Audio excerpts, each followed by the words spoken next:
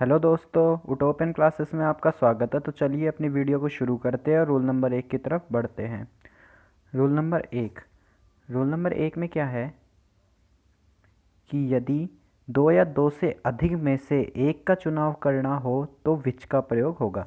इसमें क्या है कि अगर आपको दो या दो से अधिक व्यक्तियों या वस्तुओं में से किसी एक का चुनाव करना हो, यानी कोई एक चुनना हो, उसके लिए हम विच का प्रयोग करते हैं, न कि हु, हुम, व्हाट, इन सब का प्रयोग करते हैं।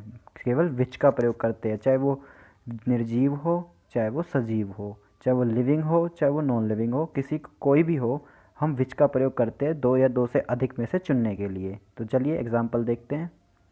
एग्जाम्पल में क्या है कि which is your brother in the crowd. तो अब देखना, इन द क्राउड यानी कि दो से ज़्यादा, क्राउड तो दो से ज़्यादा का ही होता है, इसलिए हमने विच का प्रयोग किया है। किसके लिए? ब्रदर के लिए। मतलब कि इस भीड़ में से तुम्हारा भाई कौन है, इसलिए ब्रदर को चुनने के लिए हमने विच का प्रयोग किया है। तो चलिए अगले रूल की तरफ बढ़ते हैं। रूल नंबर 2 में क्या है कि हुज का प्रयोग निर्जीव वस्तुओं के लिए नहीं होता। अब मैंने आपको कल की वीडियो में बताया था, हुज का प्रयोग हम पोजेशन, अधिकार दर्शाने के लिए करते हैं। अब अधिकार दर्शाने के लिए तो हम अपोस्ट्रोफी का भी प्रयोग करते हैं, लेकिन निर्जीव वस्तुओं के साथ न तो हम अपोस्ट्रोफी का प्रयोग करते हैं, न ही हुज का प्रयोग, क्योंकि हम निर्जीव वस्तुओं का अधिकार दिशा बताने के लिए हम ऑफ का प्रयोग करते हैं। मैंने आपको अपोस्ट्रोफी वाली वीडियो में भी बताया था कि हम निर्जीव वस्तुओं का अधिकार दर्शाने के लिए ऑफ का प्रयोग करते हैं, न कि हु का, न कि अपोस्ट्रोफी का, बल्कि ऑफ का। तो चलिए एग्जाम्पल देखते हैं। एग्जाम्पल में क्या है कि the flyover whose inauguration is on next 30 May. अब मैंने आपको क्या बताया था कि कभी भी निर्जीव वस्तु के लिए हुज का प्रयोग नहीं होता, यानी कि फ्लाईओवर के लिए यहाँ पर हुज का प्रयोग गलत है। यहाँ पर इस हुज की जगह इनॉग्रेशन ऑफ विच आएगा। ठीक है, चलिए उम्मीद है कि आपको ये रूल समझ आया होगा। अगले रूल की तरफ बढ़ते हैं। रूल नंबर 3 में क्या है कि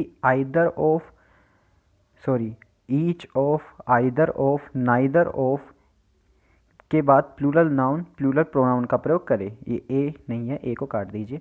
अब इसमें क्या है, ईच ऑफ और आइदर ऑफ और नाइदर ऑफ के बाद प्लूरल प्रोनाउन और नाउन का प्रयोग होता है। अब प्लूरल प्रोनाउन और नाउन का प्रयोग क्यों होता है, ये आपको एक बात याद रखनी होगी, क्योंकि ईच ऑफ यानी कि बहुत लोगों में से हर एक, मतलब कि बहुत अधिक लोगों में से हर एक के लिए ईच ऑफ का प्रयोग होता है। ऐसे ही अनेक लोगों में से हर एक के लिए आइदर ऑफ का, और हर एक लोगों में से किसी के लिए भी नहीं हम नाइदर ऑफ का प्रयोग करते। इसलिए ही हम अब प्लूरल प्रोनाउन या प्लूरल नाउन का प्रयोग करते हैं। जैसे कि एग्जाम्पल देखते हैं। एग्जाम्पल में क्या है कि each of them has on car. अब मैंने क्या बताया था कि ईच के बाद प्लूरल नाउन है, प्लूरल प्रोनाउन, इसलिए हमने यहाँ पर प्रोनाउन देम का प्रयोग किया है, जो कि दे का ऑब्जेक्टिव केस होता है। और मैंने आपको प्रीपोजिशन के बाद बताया था ऑब्जेक्टिव केस का प्रयोग करते हैं, लेकिन जब यहाँ पर ऑब्जेक्टिव केस का प्रयोग हम प्रीपोजिशन के साथ बाद अगर जिरंड दी हो तो हम ऑब्जेक्टिव केस का नहीं बल्कि पजेसिव एडजेक्टिव का प्रयोग करते हैं। तो चलिए उम्मीद है कि ये रूल आपको समझ आया होगा। अगले रूल की तरफ बढ़ते हैं। रूल नंबर 4 में क्या है कि यदि ईच का प्रयोग सब्जेक्ट के लिए हो तो ईच का प्रयोग सब्जेक्ट के बाद अर्थात ऑक्सिलरी वर्ब से पहले होगा। अब ऑक्सिलरी वर्ब क्या होता है? Helping verb. इसी हेल्पिंग वर्ब का ही ये सिनोनियम है ऑक्सिलरी वर्ब। अब इस रूल में क्या है, यदि ईच का प्रयोग हम सब्जेक्ट के लिए करें और सब्जेक्ट जो हो, चाहे वो सिंगुलर हो या प्लूरल, हम हमेशा ईच का प्रयोग सब्जेक्ट के बाद ही करेंगे। जैसे कि आप एग्जाम्पल देखना। जैसे कि एग्जाम्पल में क्या है कि we each have advised him to give up, sorry ये 2 बार हो गया, him to give up smoking. अब मैंने आपको क्या बताया था, अगर ईच का प्रयोग सब्जेक्ट के लिए हो तो हम वहाँ पर ईच को सब्जेक्ट के बाद लेकिन हेल्पिंग वर्ब से पहले, ऑक्सिलरी वर्ब से पहले प्रयोग करते हैं। अब आप देखना कि मैंने आपको बताया था कि प्लूरल हम ईच के साथ तो हम सिंगुलर वर्ब का प्रयोग करते हैं, ईच ऑफ, आइदर ऑफ, पिछली वीडियो में बताया था मैंने, each, every, neither, either of के बाद हमेशा प्लूरल सिंगुलर वर्ब का प्रयोग किया जाता है। लेकिन आप देखना मैंने इस रूल में क्या बताया, अगर ईच का प्रयोग सब्जेक्ट के लिए हो तो हम ईच का प्रयोग सब्जेक्ट के बाद करते हैं। तो देखना ईच यहाँ पर वी के लिए प्रयोग हो रहा है, इसलिए हमें यहाँ पर वर्ब वी के हिसाब से फिट करनी होगी। तो हम यहाँ पर हैज़ का नहीं बल्कि हैव का ही प्रयोग करेंगे। तो यहाँ पर हैव ठीक है। तो चलिए अगले रूल की तरफ बढ़ते हैं। रूल नंबर 5 में क्या है कि यदि वन का प्रयोग सेंटेंस के सब्जेक्ट के रूप में हो तो इसके लिए नॉमिनेटिव केस वन तथा ऑब्जेक्टिव केस वन सेल्फ का प्रयोग होता है। यानी कि जो नॉमिनेटिव केस यानी जो सब्जेक्टिव केस होता है वन का, वो हमेशा वन ही होता है और ऑब्जेक्टिव केस इसका वन सेल्फ होता है। अब आप देखना कि क्वेश्चंस में हमेशा आपको वन का प्रयोग आपको सब्जेक्ट में कर दिया जाएगा, लेकिन जब ऑब्जेक्ट की बारी आएगी यानी कि जब सब्जेक्ट के वर्ब के बाद जो ऑब्जेक्टिव केस लिखा जाता है उसमें आपको हिमसेल्फ लिख के दे दिया जाएगा वन के, जहाँ पर वन का प्रयोग सब्जेक्ट के रूप में है। तो वही आपको गलती नहीं करनी है कि आप हिमसेल्फ देखकर उसे सही कर दें, लेकिन हिमसेल्फ नहीं, वहाँ पर वन सेल्फ का प्रयोग होगा। जैसे कि एग्जाम्पल देखना, एग्जाम्पल में क्या है कि we should do one's duty oneself. ठीक है, we should do one's duty oneself. ठीक है, और कई बार हम वंस का प्रयोग हम करते हैं पोजेशन दर्शाने के लिए, यानी कि खुद स्वयं की, यानी स्वयं ही करना चाहिए, यानी ये पोजेशन दर्शाने के लिए पॉजेसिव एडजेक्टिव का प्रयोग किया है यहाँ पर। अब ये देखना, यानी कि आपको यहाँ पर भी हिज ड्यूटी करके दे देगा, जैसे कि we should do one's duty oneself. तो वन यहाँ पर अभी तो वी का प्रयोग है, लेकिन आपको एग्जाम्पल में ऐसे भी मिलेगा एग्ज़ाम में आपको ऐसा क्वेश्चन मिलेगा, वन शुड कीप वंस नहीं हिज प्रॉमिस। तो आपको यही ध्यान रखना है कि यहाँ पर हिज का प्रयोग नहीं बल्कि वंस का प्रयोग किया जाएगा, न कि हिज का। और ऐसे ही लास्ट में ऑब्जेक्ट के तौर पर वन सेल्फ का, न कि हिम सेल्फ का। तो चलिए अगले रूल की तरफ बढ़ते हैं। रूल नंबर 6 में क्या है कि एडजेक्टिव का प्रयोग हम 3 डिग्रीज में किया जाता है। अब देखना, पॉजिटिव, कंपैरेटिव और सुपरलेटिव। एडजेक्टिव क्या होता है? एडजेक्टिव वो होता है जो नाउन व प्रोनाउन की विशेषता बताते हैं, उसे हम एडजेक्टिव कहते हैं। और एडजेक्टिव का प्रयोग हम पॉजिटिव, कंपैरेटिव और सुपरलेटिव 3 डिग्रियों में करते हैं। जैसे कि एग्जांपल में बताता हूँ मैं आपको, पॉजिटिव, कंपैरेटिव और सुपरलेटिव डिग्री क्या होती है। देखना, पॉजिटिव डिग्री तो ये होती है गुड और ब्यूटीफुल, ये पॉजिटिव डिग्री होती है दोनों। कंपैरेटिव डिग्री क्या होती है? देखना, कंपैरेटिव डिग्री होती है बेटर और मोर ब्यूटीफुल, ये दोनों कंपैरेटिव डिग्री है। और सुपरलेटिव डिग्री होती है बेस्ट और मोस्ट ब्यूटीफुल, यानी कि जिसके साथ आप, यानी कि आप याद रखना कि अगर बिना मोर या मोस्ट के मिले तो वो केवल पॉजिटिव डिग्री, मोर के साथ मिले तो आपको वो कंपैरेटिव डिग्री, और मोस्ट के साथ मिले तो आपको वो सुपरलेटिव डिग्री। ठीक है, अगले रूल की तरफ बढ़ते हैं। रूल नंबर 7 में क्या है कि जब एक व्यक्ति, वस्तु, समूह इत्यादि की विशेषता का वर्णन करना हो तो पॉजिटिव डिग्री का प्रयोग करे। अब इसमें क्या है कि केवल एक व्यक्ति या किसी वस्तु या समूह इत्यादि की विशेषता का वर्णन करना हो तो केवल पॉजिटिव डिग्री का प्रयोग करे। ठीक है, कि किसी एक व्यक्ति के बारे में बताना हो या किसी एक वस्तु के बारे में बताना हो तो हम केवल पॉजिटिव डिग्री का प्रयोग करते हैं। जैसे कि देखना, इसमें क्या है कि he is a good person, यानी कि वह एक अच्छा व्यक्ति। इसमें केवल एक ही पर्सन के बारे में बताया गया है, इसलिए हमने यहाँ पर केवल पॉजिटिव डिग्री का प्रयोग किया है, गुड का। तो चलिए अगले रूल की तरफ बढ़ते हैं। उम्मीद है ये रूल आपको समझ आ रहे होंगे। अगले रूल में क्या है, जब एक की तुलना दूसरे से की जाए तो कंपैरेटिव डिग्री का प्रयोग होता है। अब इसमें क्या है कि जब दो व्यक्तियों के बीच में तुलना की जाए एक दूसरे से तो हम वहाँ पर कंपैरेटिव डिग्री का प्रयोग करते हैं, यानी कि मोर वाली डिग्री का। ठीक है, तो जैसे एग्जाम्पल देखना, एग्जाम्पल में क्या है कि ही इज़ बेटर देन, यहाँ कुछ शायद मिसप्रिंट हो गया। हाँ, देखना कि ही इज़ बेटर देन आई।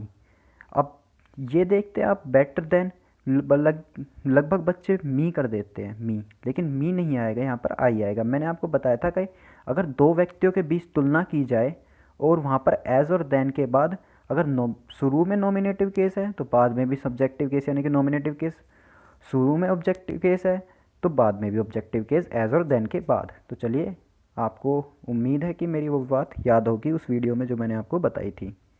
चलिए अगले रूल की तरफ बढ़ते हैं।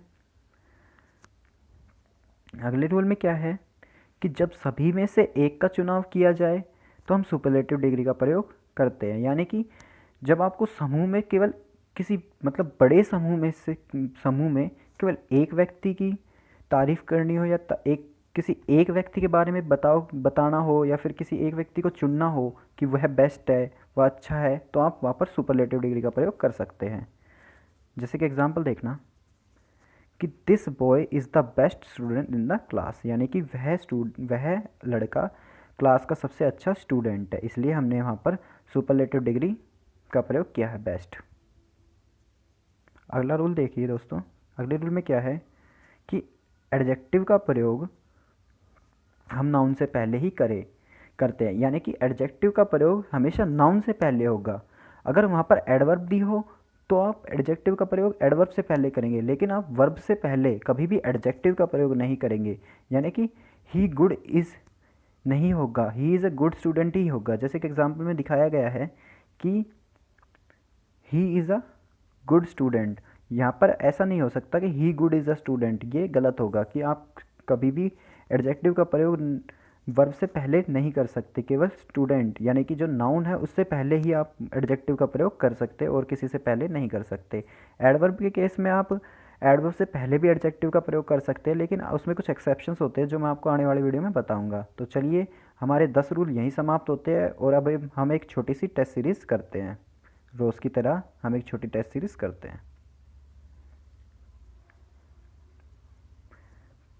टेस्ट सीरीज़ का पहला क्वेश्चन है कि who is the best among the 5 student. अब मैंने आपको क्या बताया था कि अगर 2 से अधिक में से किसी को चुनना हो तो हम हु का प्रयोग नहीं विच का प्रयोग करते हैं। यानी कि 2 से अधिक में से किसी का चुनाव करना हो तो न ही हु का प्रयोग होगा, न कि वॉट का प्रयोग होगा, न कि हुज का होगा, न ही हुम का होगा, बल्कि विच का प्रयोग होगा।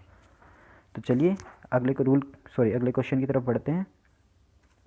अगले क्वेश्चन में क्या है कि neither of the 5 sons have taken his seat. अब मैंने आपको क्या बताया था कि नाइदर ऑफ द 5 सन्स, कि neither of, either of, each of के बाद तो प्लूरल नाउन का प्रयोग होता है, बिल्कुल ठीक है, लेकिन वहाँ पर सिंगुलर वर्ब का प्रयोग होता है। मैं शायद आपको ये बात बताना ऊपर भूल गया, तो आप याद रखना कि प्लूरल तो नाउन या प्रोनाउन का प्रयोग तो प्लूरल होता है, लेकिन वहाँ पर वर्ब का प्रयोग हमेशा सिंगुलर का होता है, तो इसलिए हैव नहीं, यहाँ पर हैज़ का प्रयोग होगा। तो चलिए अगले रूल की तरफ बढ़ते हैं। अगले रूल में क्या है, she is more beautiful than her. अब मैंने आपको क्या बताया था कि अगर 2 व्यक्तियों के बीच तुलना की जाए तो एज और देन के बाद हम नॉमिनेटिव केस का प्रयोग करते हैं। अगर यानी कि जो एडजेक्टिव है उससे पहले का सब्जेक्ट नॉमिनेटिव केस में है, यानी कि सब्जेक्टिव केस में है, तो हम एज और देन के बाद भी सब्जेक्टिव केस का प्रयोग करेंगे। अगर एज और देन से पहले आपका ऑब्जेक्टिव केस है तो एज और देन के बाद भी ऑब्जेक्टिव केस का प्रयोग होगा, लेकिन यहाँ पर नॉमिनेटिव केस यानी कि सब्जेक्टिव केस सी का प्रयोग किया गया है, इसलिए हम यहाँ पर हर का नहीं ही का प्रयोग करेंगे, बेटर देन ही। तो चलिए अगले रूल की तरफ बढ़ते हैं, अगले क्वेश्चन की तरफ बढ़ते हैं। अगले क्वेश्चन में क्या है, the table whose legs are broken is my favourite. अब मैंने आपको क्या बताया था कि कभी भी अधिकार दर्शाने के लिए यानी कि निर्जीव वस्तुओं के अधिकार दर्शाने के लिए हम हुज का प्रयोग नहीं करते बल्कि ऑफ का प्रयोग करते हैं। यानी कि इसमें इसका सही उत्तर होगा the table lakhs of which, यानी या फिर हम कर सकते हैं लैक्स ऑफ दैट, या विच आप किसी का भी प्रयोग कर सकते हैं, निर्जीव के लिए हम किसी का प्रयोग कर सकते हैं। तो चलिए अगले क्वेश्चन की तरफ बढ़ते हैं।